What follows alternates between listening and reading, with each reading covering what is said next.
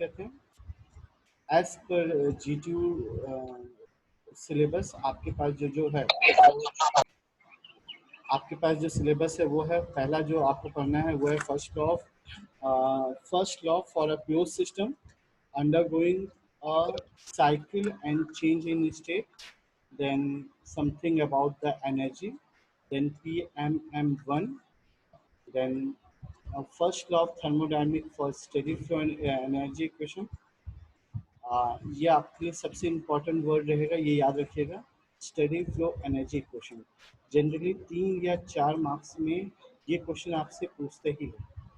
Okay, then इसके हमें applications जानने हैं कि नोजल, डिफ्यूज़र, बॉयलर, टरबाइन, मतलब डिफरेंट डिफरेंट जगहों पे फर्स्ट ये स्टडी फ्लो एनर्जी इक्वेशन का एप्लीकेशन क्या है। Then after filling and emptying process, यहाँ पे आपका फर्स्ट चैप्टर कंप्लीट। ओके, चलिए स्टार्ट करते हैं। तो इसमें जो सबसे इम्पोर्टेंट पार्ट होता है वो है कंजर्वेशन ऑफ एनर्जी प्रिंसिपल। तो कंजर्वेशन ऑफ एनर्जी प्रिंसिपल में एक ही स्टेटमेंट दिया है कि अगर ये कोई सिस्टम है, ये देखो, ये अगर कोई क्लोज सिस्टम है, आप इसमें जितना भी हीट इनपुट ऐड करेंगे और जितना भी वर्क आउटपुट रिलीज करेंगे तो वो दोनों एक दूसरे के इक्वल होने चाहिए। क्या? During the interaction between a system and its surrounding, the amount of heat gained by the system must be exactly equal to amount of heat lost by the surrounding। ठीक है, मतलब हीट गेन जितना हुआ और heat loss जितना हुआ वो दोनों एक दूसरे के इक्वल है। ठीक है, ये कह रहा है कंजर्वेशन ऑफ एनर्जी प्रिंसिपल। तो इसके बेसिस पे जब उन्होंने एक क्लोज सिस्टम के बारे में स्टडी की तो वहाँ पे उन्होंने 3 डेरिवेशन, मतलब 3 डेफिनेशन किए। पहला डेफिनेशन जो हम लोग शुरू से पढ़ते हैं, क्या कि when a system undergoes a thermodynamic cycle, then the net heat added to the system from the surrounding is equal to net work done by the system on its surrounding।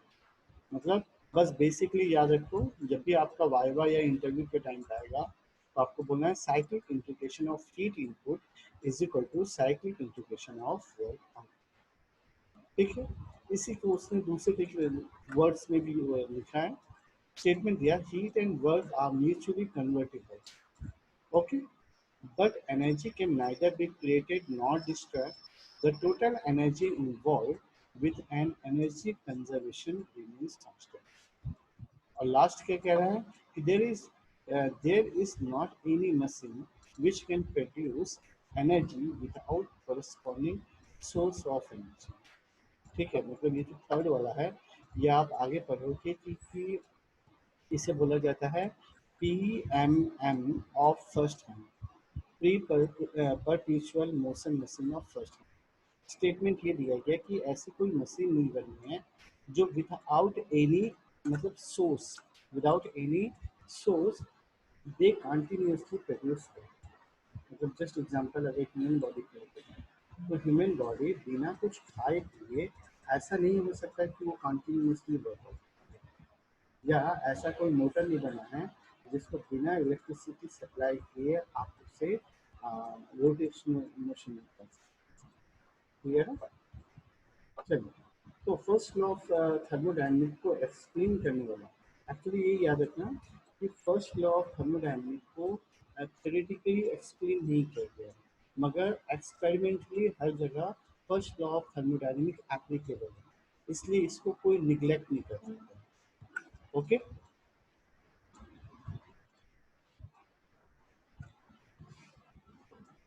अभी आवाज आ रही है आप लोग को? चलिए, तो तो फर्स्ट लॉ ऑफ थर्मोडायनेमिक जो है उसको जूल्स ने एक्सप्लेन किया। कैसे एक्सप्लेन किया? तो उन्होंने एक क्लोज सिस्टम लिया, ये थर्मली इंसुलेटेड है सिस्टम ऑफ सराउंडिंग। उसके बाद इसके अंदर में स्टर्लिंग करने के लिए, मतलब मूव करने के लिए उन्होंने एक पैडल और मतलब एक पुली सिस्टम लगाया और साथ में एक थर्मोमीटर लगाया। ठीक, और इस पुली रोलर पुली अरेंजमेंट को उसने एक पुली से ज्वाइन किया और नीचे वेट रख दिया। तो अब जब ये वेट नीचे और ऊपर की ओर मूव करेगा तो ये मूवमेंट की वजह से हमारा जो ये शाफ्ट है ये मतलब सर्कुलर घूमे। ओके। और इसके घूमने की वजह से अंदर में जो ये हमारे पास टरबाइन रखा हुआ है, ये टरबाइन मूव करने लग जाएगा और इसकी वजह से अंदर जो टेम्परेचर है वो राइज होगा। और जितना टेम्परेचर राइज होगा वो हमें इस थर्मोमीटर से शो ऑफ होगा। तो जितना हमने यहाँ पे वर्क किया उतने ही वर्क के बेसिस पे जो हमारा हीट ट्रांसफर हुआ है वो इक्वल आना चाहिए। ये अगर इक्वल आया मतलब आप कंक्लूड कर सकते हो कि जो फर्स्ट लॉ ने स्टेटमेंट दिया क्या कि cyclic integration of work output is equal to cyclic integration of heat input. Clear है? चलिए, इसके बेसिस पे उसने स्टेटमेंट क्या दिया कि अगर समेशन ऑफ वर्क आउटपुट को देखेंगे तो ये प्रोपोर्शनल होता है समेशन ऑफ हीट इनपुट। ठीक।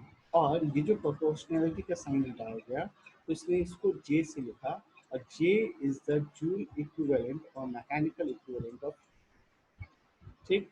तो ultimately cyclic integration of work output is equal to J into cyclic integration of heat input.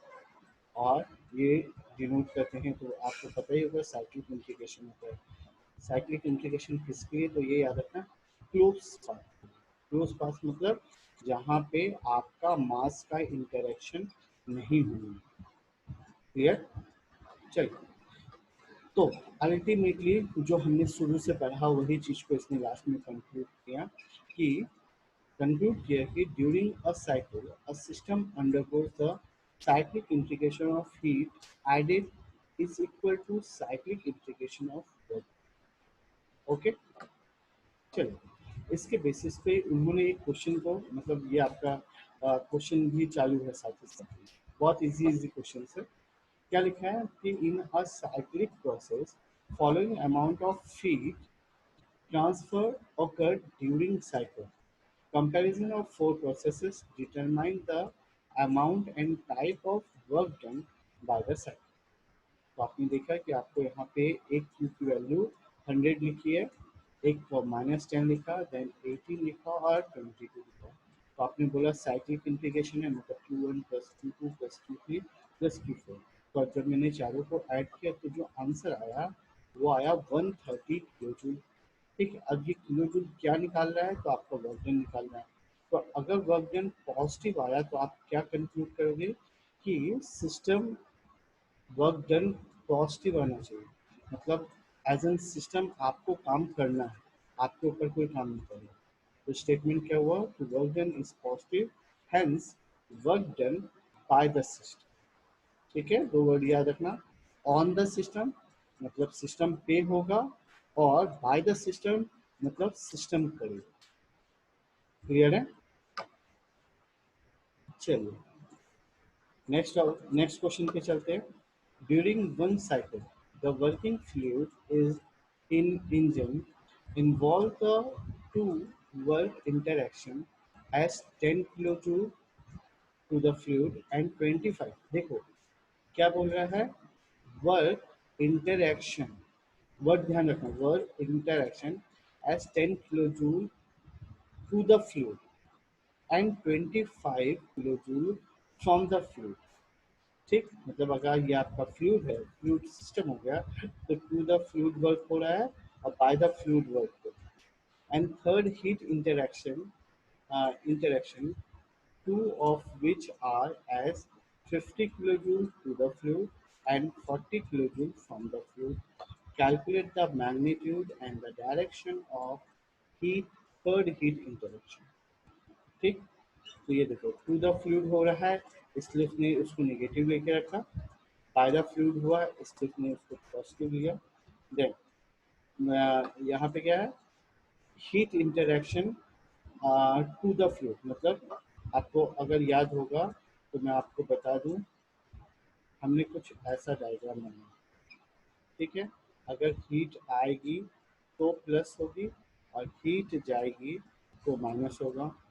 इसका उल्टा, उल्टा क्या कि वर्क डन होगा तो प्लस होगा और वर्क डन कोई करेगा तो माइनस होगा। इसलिए यहाँ पे ये 50 आपका पॉजिटिव आया और Q2 की वैल्यू -40 है।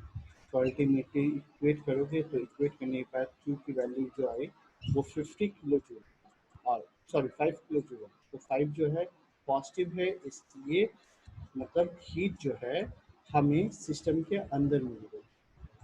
ठीक है, तो positive sign indicate heat transfer to the flow. Okay, चलिए, तो ये आज के लिए आपका क्वेश्चन है कि इस क्वेश्चन को आप कंप्लीट करेंगे और मुझे गूगल क्लासरूम में इसको सेंड करेंगे। क्वेश्चन पढ़िएगा और इजी है, ज़्यादा टफ वर्क नहीं है।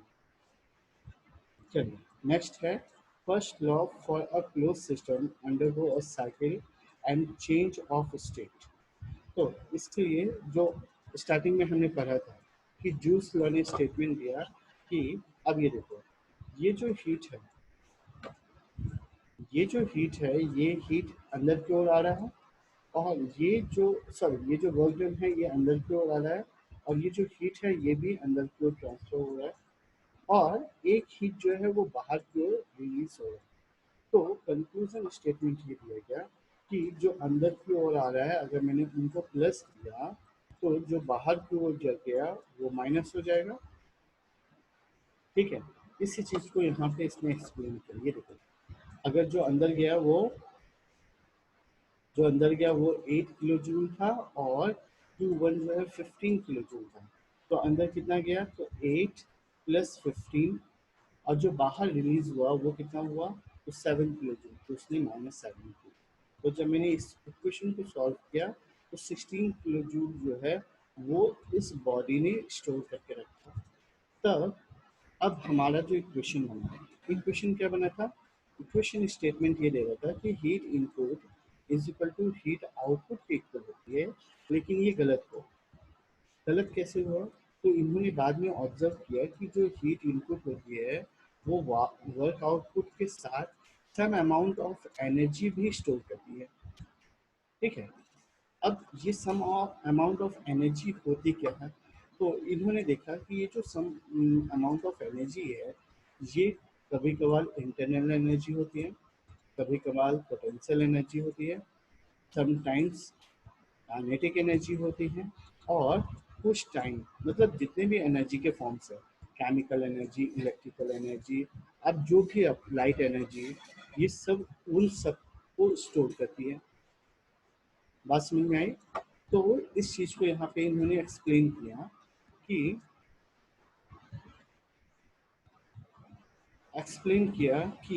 Q इज इक्वल टू, ये थोड़ा सा टफ हो रहा है ना, एक मिनट।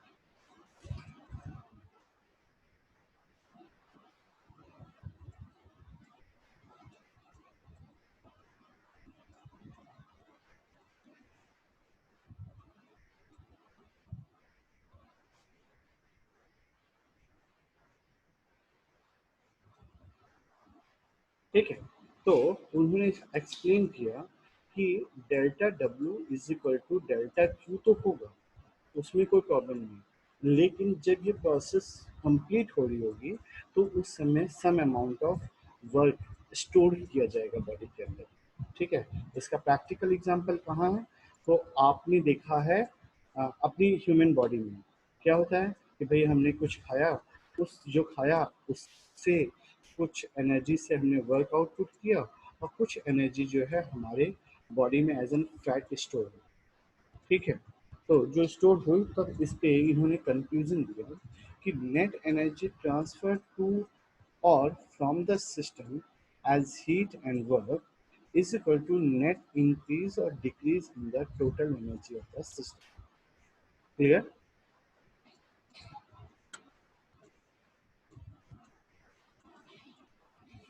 चलिए, तो मेरे ख्याल से ये हमने पहले ही डिस्कस किया हुआ था कि वर्क इन अंदर आएगा मतलब वर्क डन करेगा तो निगेटिव, वर्क डन बाहर जाएगा हम करेंगे तो पॉजिटिव, हीट अंदर आएगा तो पॉजिटिव, हीट बाहर गया तो निगेटिव। तो अल्टीमेटली उन्होंने कंक्लूड किया कि Q माइनस डब्ल्यू, मतलब ये चीज़ हमने पहले कर लिया था क्या, कि जब मैंने लिखा Q is equal to W plus some amount of heat store in the body, तो ये क्या हो गया, तो ये हो गया Q minus W is equal to delta E. ठीक है, अब ये देखो, अब डेल्टा ई क्या होता है, तो delta E is the summation of internal energy plus kinetic energy plus potential energy and so on कि आप जितना जानते हो। अब इंटरनल एनर्जी किसके इक्वल होगा, तो मास इनटू जो आपके पास पहले जो था माइनस अभी जो है उसके बीच का difference. Kinetic energy is equal to half into M into, अब पहले आपकी वेलोसिटी कितनी थी, अब आपकी वेलोसिटी कितनी है, उसी तरीके से potential energy is equal to M into g into पहले कितनी हाइट थी और बाद में कितनी हाइट हुई। ठीक है, तो जनरली अब देखो स्टेटमेंट भी दिया है कि जनरली स्टेशनरी क्लोज सिस्टम जब होता है तो वहाँ पे काइनेटिक एनर्जी और पोटेंशियल एनर्जी जीरो हो जाते हैं। इसकी वजह से आपका ये जो डेल्टा ई है ना, इसको अब हम चेंज कर देते हैं डेल्टा यू से। मतलब आ, मतलब हीट सप्लाई जितना हुआ माइनस उसमें वर्क दिन जितना हमने बाहर निकाला, तो वो उसके इंटरनल एनर्जी के इक्वल हो जाए। ठीक है, ये हमने लास्ट टाइम पढ़ लिया था, इसीलिए मुझे एक्सप्लेन करने की जरूरत अभी नहीं है। चलिए, अब इम्पोर्टेंट टॉपिक, ये टॉपिक ऐसा है, स्टेटमेंट ये दिया गया है कि जो मतलब इंटरनल एनर्जी है ये प्रॉपर्टी का मतलब प्रॉपर्टी का हिस्सा है, ये आपको प्रूफ करना है। तो प्रूफ करने के लिए उसने एक स्टेटमेंट दिया। ये देखो स्टेटमेंट ये दिया कि कोई एक प्रोसेस है जो स्टेट वन से स्टार्ट होता है और स्टेट टू पे आके खत्म हो जाता है। तो जब मैं वन पे गया तो वन पे जाते वक्त मैंने पाथ पी फॉलो किया, और आते वक्त मेरे पास दो ऑप्शन है, मैंने पाथ क्यू फॉलो किया और इट में भी पाथ आर फॉलो किया। तो अकॉर्डिंग टू फर्स्ट लॉ क्या कहता है, तो डेल्टा क्यू पी मतलब Q P is equal to क्या होगा, तो internal energy plus work done, मतलब पी पाथ के लिए मैं बोल रहा हूँ ना, या ध्यान रखिएगा। फॉर क्यू पाथ के लिए अगर देखेंगे तो क्यू पाथ के लिए भी वही हो जाएगा, Q is equal to internal energy plus work done, तो यहाँ पे क्यू के लिए भी आया। ठीक, अब देखिए मैंने क्या किया, पहले पी के लिए निकाला और क्यू के लिए निकाला। अब ये दोनों को मैं एक दूसरे से सम कर देता हूँ, तो Q P plus Q is equal to, ये सारे टर्म्स एक दूसरे से ऐड हो जाएंगे। ठीक है, और ठीक है, और अगर मैं इसमें से क्यू, ये देखो Q P minus W P ले लूँ, Q P minus W P, तो ये वाला टर्म इस तरफ आ गया। देखिए, ये वाला टर्म मैं यहाँ इंट्रोड्यूस कर दे रहा हूँ और ये वाला टर्म मैं यहाँ इंट्रोड्यूस कर दे रहा हूँ, तो हमारा बना Q P minus W P is equal to delta E P plus delta E Q plus W Q minus Q Q. ठीक, तो स्टेटमेंट जो आया, the process P and Q makes a cycle, मतलब इसने एक साइकिल कंप्लीट की, यहाँ से गया और यहाँ से बाहर आ गया। ठीक है, तो साइकिल कंप्लीट की तो स्टेटमेंट हुआ cyclic integration of work output is equal to cyclic integration of work output is equal to cyclic integration of heat input. तो इसमें इसमें फॉर्मूला लगा W P plus W Q is equal to Q P plus Q Q. अब भाई किसका speaker on है, तो अब मैं इसको इक्वेशन को इक्वेट कर रहा हूँ, मैं इस वाले टर्म को इस तरफ लेके जा रहा हूँ और इस वाले टर्म को यहाँ पे लेके आ रहा हूँ। ठीक है, मतलब पी पी वाले टर्म्स को एक साथ और क्यू क्यू वाले टर्म्स को एक साथ। तो जब क्यू क्यू और पी पी वाले को लेके आओगे तो अब यहाँ पे ये देखो, ये मतलब आपने जो फॉर्मूला लिखा था, फॉर्मूला था Q is equal to W plus E, तो Q minus W is equal to E होगा। तो अगर मैंने Q माइनस डब्ल्यू लिखा तो यहाँ पे ये वैल्यू किसकी इक्वल हो जाएगी, तो ई पी के हो जाएगी, और ये वाली जो वैल्यू हो जाएगी ये ई क्यू के हो जाएगी। तो ये चीज़ यहाँ पे लिखा दिया। ठीक है, सिमिलरली अगर तुम देखोगे, मतलब सिमिलरली अगर मैं अब दूसरा केस लेता हूँ जहाँ पे पाथ पी से मैं टू स्टेज पे जाऊँगा और पाथ आर से मैं वन पे वापस आ जाऊँगा, तो भी ये क्लोज साइकिल बना। तो मैं दूसरा कंक्लूजन अपने आप लिख सकता हूँ कि internal energy of path P is equal to minus of internal energy of path R. तो अगर ये दोनों एक दूसरे से इक्वल हो गया मतलब ये इंडिकेट करता है कि internal energy of Q is equal to internal energy of R. मतलब आप किसी भी पाथ में जाइए, आपका इंटरनल एनर्जी दोनों पाथ के सेम है। ओके, चलिए। तो इसके बेसिस पे अब आपका फिर एक न्यूमेरिकल आया। न्यूमेरिकल स्टेटमेंट देता है कि a tank contain liquid is stirred by paddle wheel.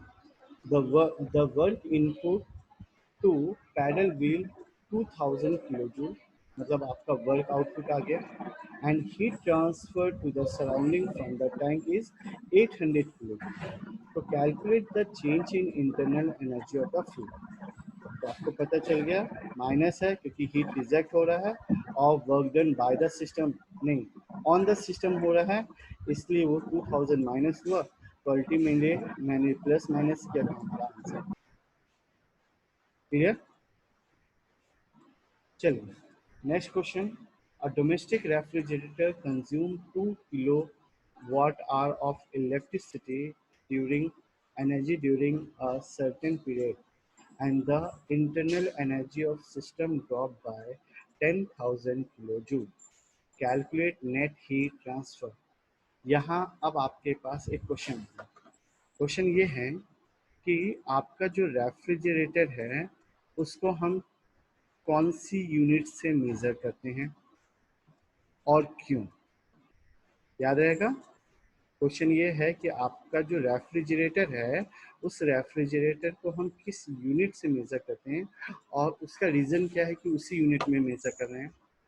दूसरा क्वेश्चन ये है कि रेफ्रिजरेटर दो, यहाँ पे लिखा हुआ है 2 किलो वाट आवर का इलेक्ट्रिसिटी कंज्यूम कर रहा है। तो अगर ये 24 आवर्स कंटिन्यू चलता है तो कितना इलेक्ट्रिसिटी यूनिट में कंज्यूम कर लेगा, आपको लिख के देना है मुझको। फिर से क्वेश्चन रिपीट कर रहा हूँ। पहला क्वेश्चन है कि रेफ्रिजरेटर जब आप खरीदने जाते हो तो वो आपको एक यूनिट बताता है, वो कौन सी यूनिट है, और हम उसी यूनिट में रेफ्रिजरेटर को क्यों मेज़र करते हैं। सेकंड क्वेश्चन है कि अगर आपका रेफ्रिजरेटर 2 किलोवाट आवर का इलेक्ट्रिसिटी कंज्यूम करता है तो 24 आवर्स में वो कितना इलेक्ट्रिसिटी यूनिट में आपको बताना है कि कंज्यूम कर चुका। क्लियर है। चलिए आंसर दीजिएगा इसका। ठीक है, तो फिर इस न्यूमेरिकल को देख लो। मेरे ख्याल से यहाँ पे कितना वो कंज्यूम कर रहा है वो उसका वर्क डन बता रहा है। ये देखिए, work done is equal to 2 kilowatt hour, और इसने आवर्स को सेकेंड में चेंज किया, तो ये हो गया -2 × 3600 किलोवाट। ओके, तो ये आपका किलोवाट में वर्क डन आ गया। उसके बाद इंटरनल एनर्जी की वैल्यू दे के रखी है, क्यू की वैल्यू आपको निकालनी है, और आपको एक standard formula first law of thermodynamics का पता है, तो आप इसके बेसिस पे ये न्यूमेरिकल को सॉल्व कर सकते हैं। ओके, चलिए इंटरनल एनर्जी के मैटर पे अब ये देखिए, जहाँ पे इंटरनल एनर्जी है और अगर आपको मतलब सॉरी टोटल एनर्जी है, और अगर आपके पास इंटरनल एनर्जी, काइनेटिक एनर्जी और पोटेंशियल एनर्जीज की वैल्यू दी हुई है, तो आपको ये मतलब ये वाला इक्वेशन यूज़ करना पड़ेगा। और जब ये वाला इक्वेशन यूज़ करेंगे तब आपको डेल्टा ई की वैल्यू पता चल जाएगी। आपके पास क्यू की वैल्यू है, तो अल्टीमेटली उसने इंटरनल एनर्जी फाइंड आउट करने के लिए किया होगा। तो मेरे ख्याल से अब ये क्वेश्चन आपको समझ में आ गया। क्या है क्वेश्चन कि a system having a mass of 40 kg and initial velocity of 8 metre per second. Mass की वैल्यू दे के रखा है और v1 की वैल्यू दी है, या यहाँ की लैंग्वेज में कहें तो इसे उन्होंने c से डिनोट किया, तो c1 की वैल्यू दे के रखा, and its final velocity increase to 25 metre per second. c2 की वैल्यू उसने 25 दे के रखी है। its elevation also rises by 50 metre. मतलब अब देखो 50 मीटर राइजेस के बारे में बोल रहा है, तो उसने डायरेक्टली Z1, सॉरी यहाँ पे जो इसने Z2 माइनस Z1 लिखा है, तो Z2 माइनस Z1 की वैल्यू उसने डायरेक्टली लिखी है। ठीक है, तो system receive 20 kilo joule heat, टू की वैल्यू बोल रहा है, रिसीव कर रहा है इसलिए प्लस आएगा, एंड 8 किलो जूल वर्क, और वर्क भी रिसीव कर रहा है, मतलब work done on the system हो रहा है, इसलिए वो माइनस आ जाएगा। If system deliver 0.03 kilowatt hour of electric energy, calculate the calculate the change in internal energy of the system। मतलब आपके पास एक और वर्क डन दिया हुआ है जो 0.003 किलोवाट आवर है, आपको उसको किलो जूल में कन्वर्ट करना है। ठीक है, बस इक्वेशंस को पुट करिए और अल्टीमेटली आपका इंटरनल एनर्जी निगेटिव आया। बस निगेटिव आया मतलब अब आपका जो सिस्टम है वो डिक्रीज हो रहा है। ओके, चलिए यहाँ थोड़ा सा सभी को याद रखना है, आपका वाइवा इंटरव्यू और जनरली कॉम्पिटिटिव एग्जाम में ये क्वेश्चन जरूर पूछता है कि what is the basic difference between PMM of first kind and PMM of second kind. ठीक है, तो याद कर लो, अगर आप ये इंजन देख रहे हैं तो इंजन में कहीं पे भी सोर्स नहीं दिया हुआ है, दिया है क्या? या ये कोई मशीन दिया हुआ है, यहाँ पे कोई सोर्स है क्या? नहीं। मतलब P M M of first kind जो बोलता है वो स्टेटमेंट ये देता है कि अगर कोई इंजन है वो बिना किसी हीट सोर्स के कंटिन्यूअसली वर्क आउटपुट देगा। ठीक, या ऐसी कोई मशीन बनेगी जिसको कंटिन्यूअसली हम वर्क आउटपुट देते रहेंगे लेकिन वो कोई भी हीट सोर्स मतलब अपना काम नहीं करे। जस्ट एग्जांपल लो कि एक बच्चे को केवल बैठा के खिला रहे, वो हिल भी नहीं रहा है, डुल भी नहीं रहा है, तो ऐसा क्या पॉसिबल है? नहीं। तो आपके पास हीट सोर्स होना चाहिए। तो पीएमएम ऑफ फर्स्ट काइंड कहता है कि हीट सोर्स नहीं है, और सेकंड बोलता है कि आपके पास एक हीट सोर्स है और वर्क डाउन है, लेकिन फिर भी ऐसी कोई मशीन नहीं बनी है जिसका वर्क आउटपुट जो होगा वो 100%। ठीक है, चलिए आज के लिए इतना काफ़ी है। अगर कुछ डाउट है तो आप पूछ सकते हैं अभी।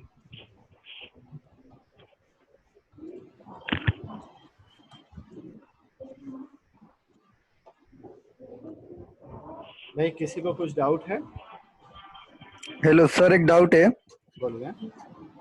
सर जैसे आपने कहा वो इंटरनल एनर्जी में जो हमने ग्राफ देखा पी क्यू आर का, तो सर जो आर है उसका जो वे है उसमें वो तरीके से जाने में तो टाइम ज्यादा लगेगा ना सर? मैं समझा नहीं, फिर से पूछो, क्या बोले? सर जैसे आपने वो ग्राफ बताया ना इंटरनल एनर्जी का। एक मिनट मैं आपको दिखाता हूँ एक वो। हाँ सर दिखाइए। इंटरनल एनर्जी का ग्राफ, हाँ एक मिनट।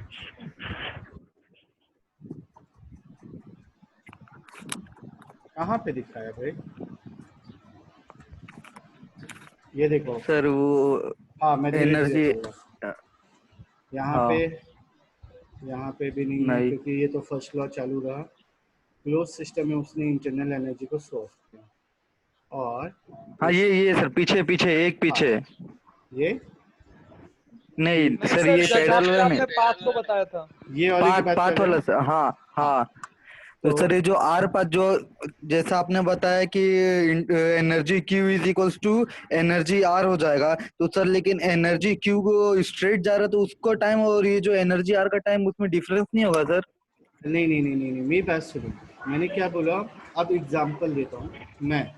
मुझे अपने घर से गवर्नमेंट इंजीनियरिंग कॉलेज आना है, तो मैं 3-4 पाथ ट्रेवल किया। तो 3-4 पाथ हाँ ट्रेवल करते वक्त अब अगर एक ही सिस्टम है तो उस सिस्टम की इफिशियंसी वैरी करेगी। ठीक है, मतलब जैसे तुमने बोला कि भाई अब मैं लॉन्ग टर्म से अगर होके आता हूँ तो मेरा ऑब्वियस सी बात है टाइम और फ्यूल ज़्यादा कंज्यूम होगा, और शॉर्ट टर्म से आता हूँ तो टाइम और फ्यूल कम कंज्यूम होगा।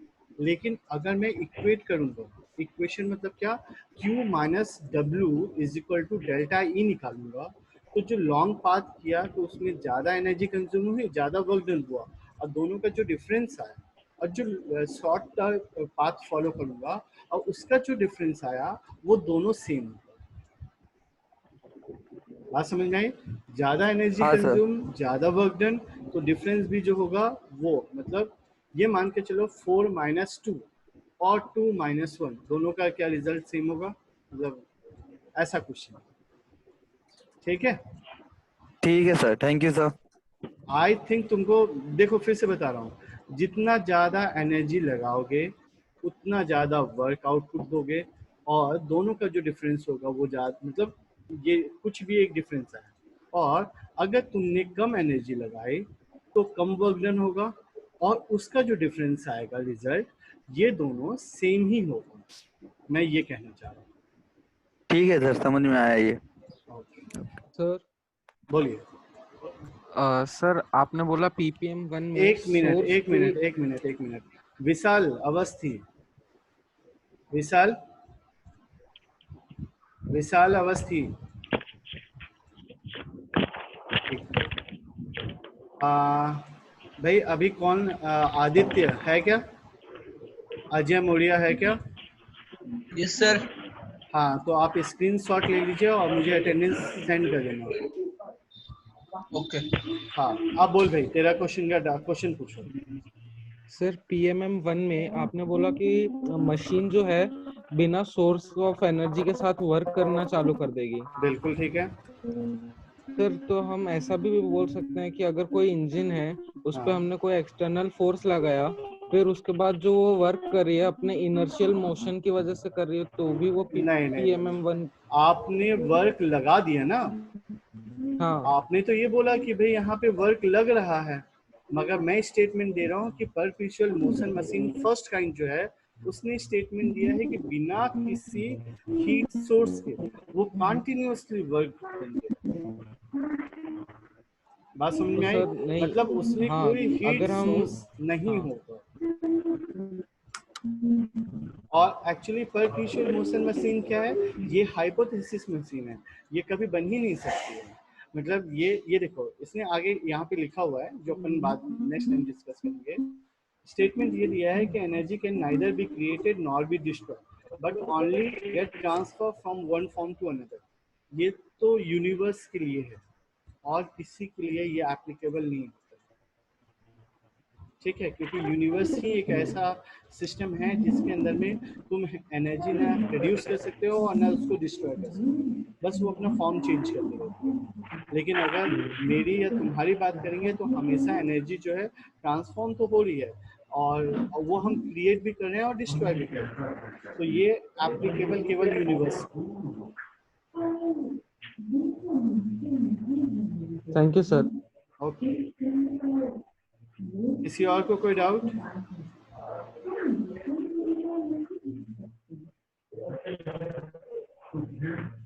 सौरभ राज पुरोहित, कौन है सौरभ राज पुरोहित? भाई उसको पर्सनली कॉल करो और उसको बोलो कि म्यूट करे, उसका आवाज आ रहा है।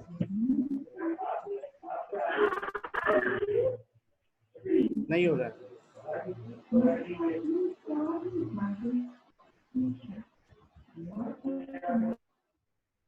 रिमूव हो जाता है। चलिए, और किसी को कोई डाउट है? ओके, फिर आज की क्लास यहीं पे वाइंड अप करें। Thank you.